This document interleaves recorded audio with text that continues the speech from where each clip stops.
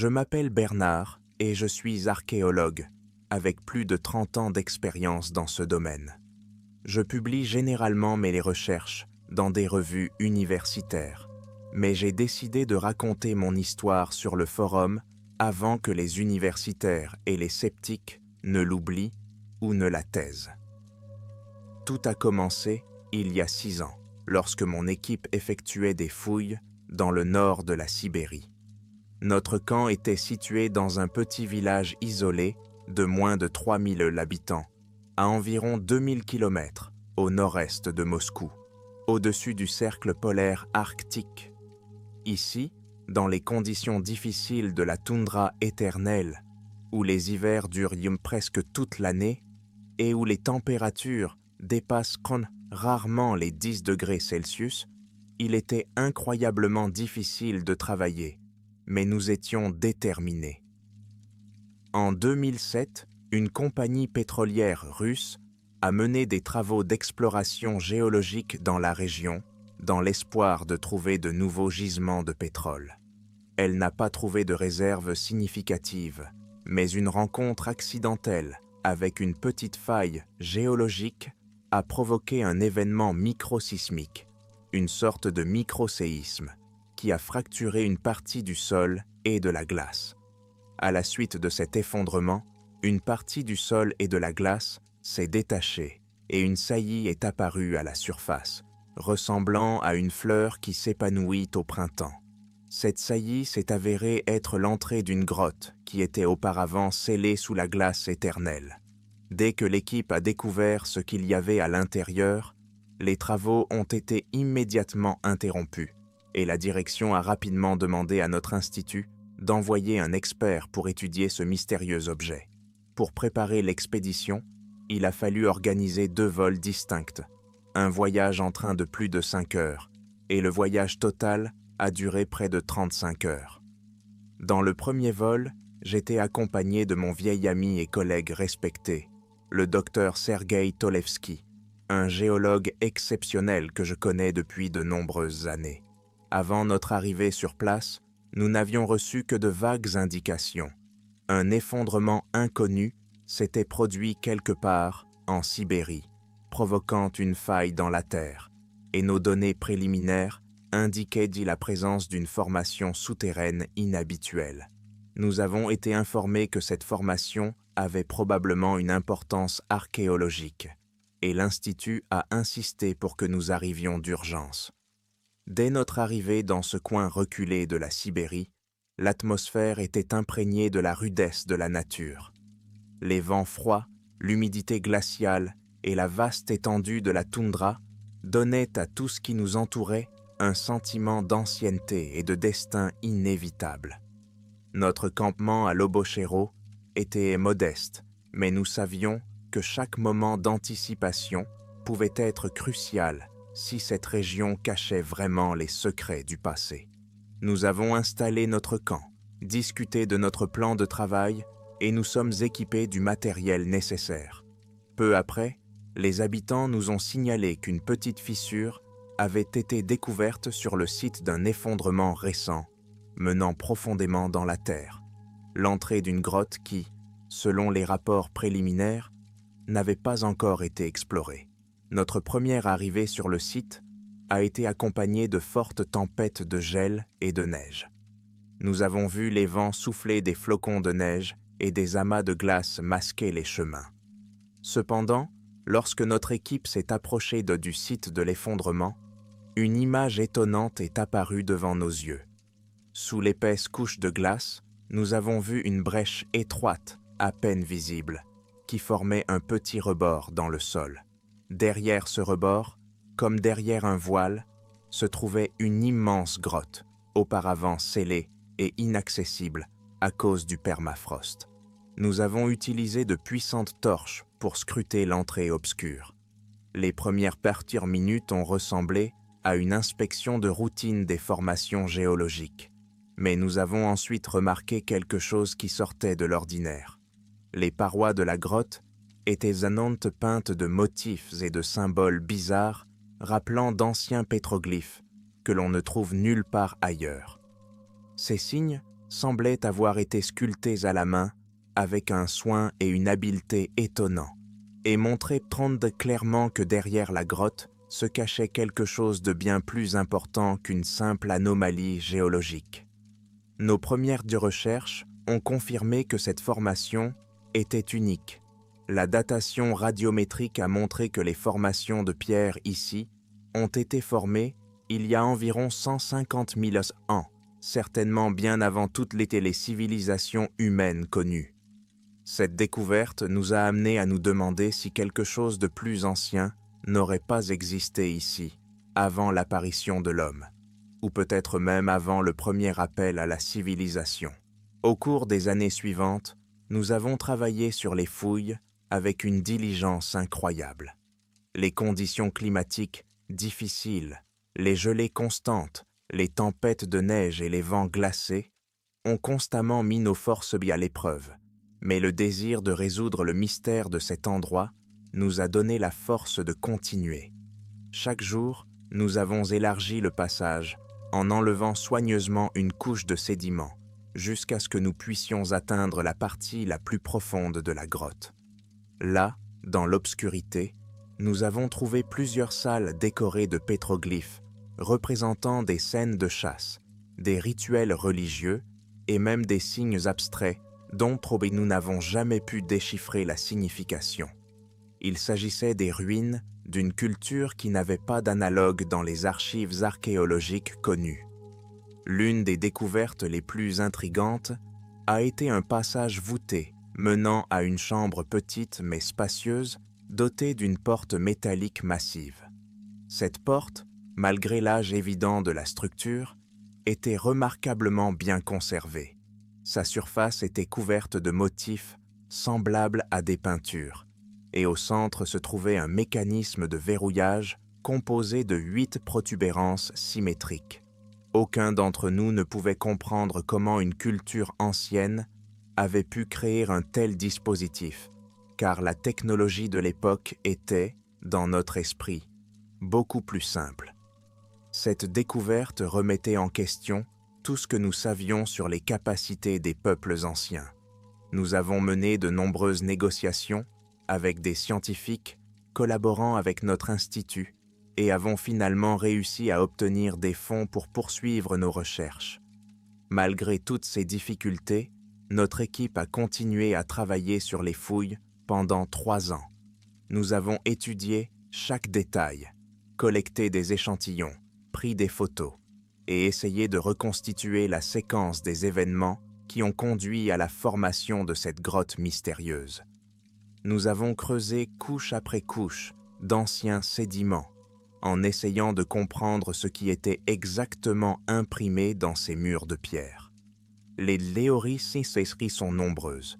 Certaines suggèrent que la grotte a pu servir de refuge à une ancienne civilisation disparue lors d'un événement catastrophique. D'autres pensaient que des rituels religieux avaient lieu ici et que les symboles trouvés étaient liés à l'adoration de certains dieux ou esprits. Personnellement, j'étais enclin à penser que cette grotte était une sorte de capsule temporelle qui conservait des preuves de la vie qui existait bien avant l'apparition des premiers hommes. Un soir, alors que nous faisions des fouilles dans les profondeurs de la grotte, j'ai dû sortir pour faire une courte pause. Je suis sorti pour reprendre mon souffle et, en regardant la vaste étendue de la toundra sibérienne, j'ai réfléchi à la grandeur du temps et à l'insignifiance de nos journées par rapport aux événements anciens. Mais mes pensées ont été interrompues par un appel inattendu à la radio. Une voix pleine de tension et d'anxiété annonçait que dans une autre partie éloignée de la grotte, on avait découvert des roches inhabituelles sur lesquelles les restes de certains reliefs ressemblaient à des signes comme des pictogrammes. Cette information n'a fait que renforcer notre détermination, et nous nous sommes réunis à nouveau et sommes allés plus profondément dans la grotte pour étudier la découverte. Le travail s'est poursuivi à un rythme effréné malgré les conditions difficiles, froid glacial, vents violents, tempêtes de neige, tout cela nous a occupés, mais le désir de découvrir la vérité nous a poussés à l'acharnement. Notre équipe était composée de scientifiques de différentes spécialités, archéologues, géologues, spécialistes de la datation radiométrique et même des ingénieurs chargés du fonctionnement des équipements dans des conditions extrêmes. Chacun d'entre nous était persuadé d'être à l'aube d'une découverte qui pourrait bouleverser nos idées sur l'histoire ancienne de la Terre. Un jour, au cours d'une nouvelle fouille, alors que nous avions presque atteint la partie la plus profonde de la grotte, il s'est produit un événement qui nous a tous glacés d'horreur. Nous avons découvert que la paroi de la grotte, sur laquelle nous n'avions vu auparavant que de vagues reliefs, avait soudainement changé. Nous avons été abordés par un jeune géologue qui a remarqué que les lignes des dessins étaient devenues plus claires et que de nouveaux symboles étaient apparus à certains endroits.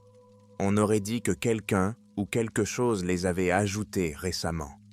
Ce fait nous a choqués. Comment quelque chose qui semblait figé dans le temps depuis des milliers d'années pouvait-il changer? Nous avons essayé de l'expliquer comme un phénomène naturel, le résultat de l'eau ou de l'érosion, mais personne n'a pu expliquer de manière convaincante ce changement brutal. À ce moment-là, j'ai eu l'impression que nous étions sur le point de trouver un indice, mais en même temps, j'ai réalisé que tout dans cet endroit n'obéissait pas aux lois de la nature. C'était comme si la Terre elle-même avait décidé de nous révéler son ancien secret, mais seulement à ses propres conditions. Quelques jours plus tard, lors d'une patrouille nocturne, j'ai remarqué un mouvement étrange à l'extérieur de notre camp. À la lumière d'une torche, j'ai vu quelque chose qui ressemblait à une énorme ombre passer entre les arbres. Elle se déplaçait à une vitesse incroyable, comme si elle se dissolvait dans l'obscurité, et je n'ai pas eu le temps d'en voir les détails. Le rapport officiel de nos fouilles ne mentionnait rien de tel, mais je savais que j'avais vu quelque chose qui ne pouvait être expliqué naturellement. Cette vision m'a fait ressentir une peur et une anxiété accablantes, car j'ai compris que derrière nos découvertes se cachait quelque chose de bien plus mystérieux et dangereux que nous ne l'avions imaginé. Le lendemain, la direction de l'Institut nous a demandé de signer des documents de non-divulgation. Nous devions garder le silence sur ce que nous avions découvert et ne divulguer aucune information sur les particularités du complexe que nous avions trouvé.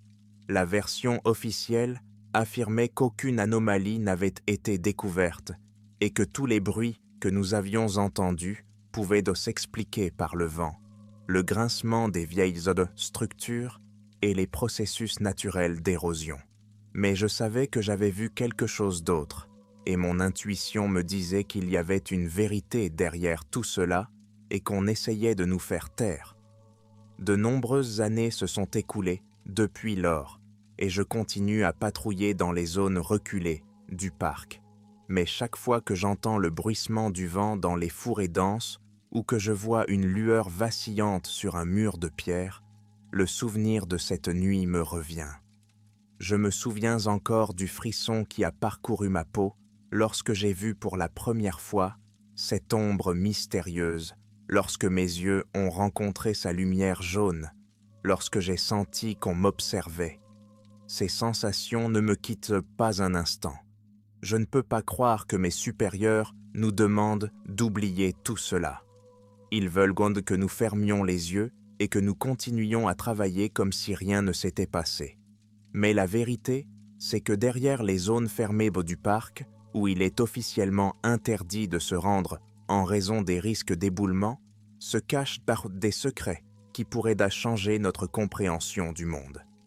Il me semble que ces terres recèlent non seulement des ruines anciennes, mais aussi des preuves que notre planète a eu un passé beaucoup plus turbulent et mystérieux que ce que nous racontent les manuels scolaires.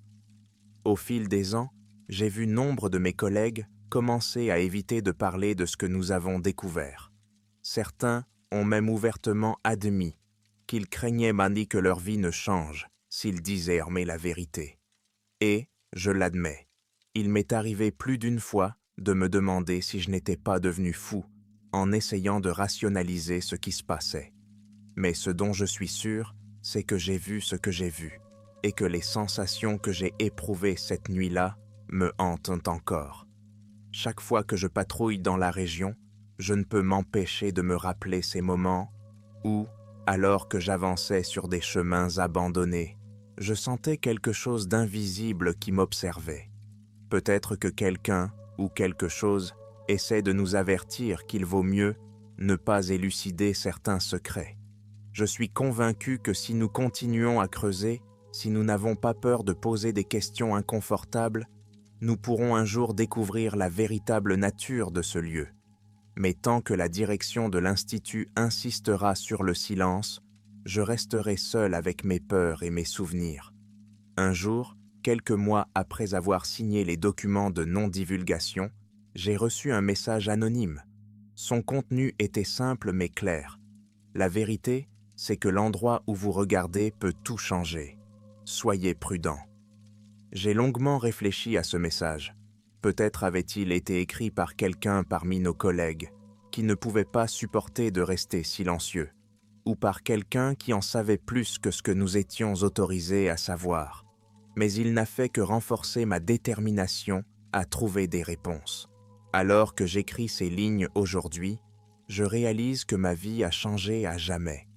Mes patrouilles nocturnes ne m'apportent plus de réconfort, et chaque moment passé seul dans les forêts sombres et les ruines anciennes me rappelle que la vérité peut être bien plus terrifiante que toutes les versions officielles. Je ne peux plus être aussi insouciant qu'avant, car je sais que derrière chaque bruissement silencieux et chaque lumière vacillante se cache peut-être quelque chose qui peut changer notre façon de voir le monde. Je poursuis mon travail, mais le cœur lourd. Chaque soir, en rentrant chez moi, je me surprends à essayer d'oublier cette nuit où j'ai vu quelque chose que je ne pouvais pas expliquer. Mais comment oublier la froideur des yeux jaunes? Comment oublier le sentiment qu'à chaque coin de rue se cache un mystère qui pourrait tout changer?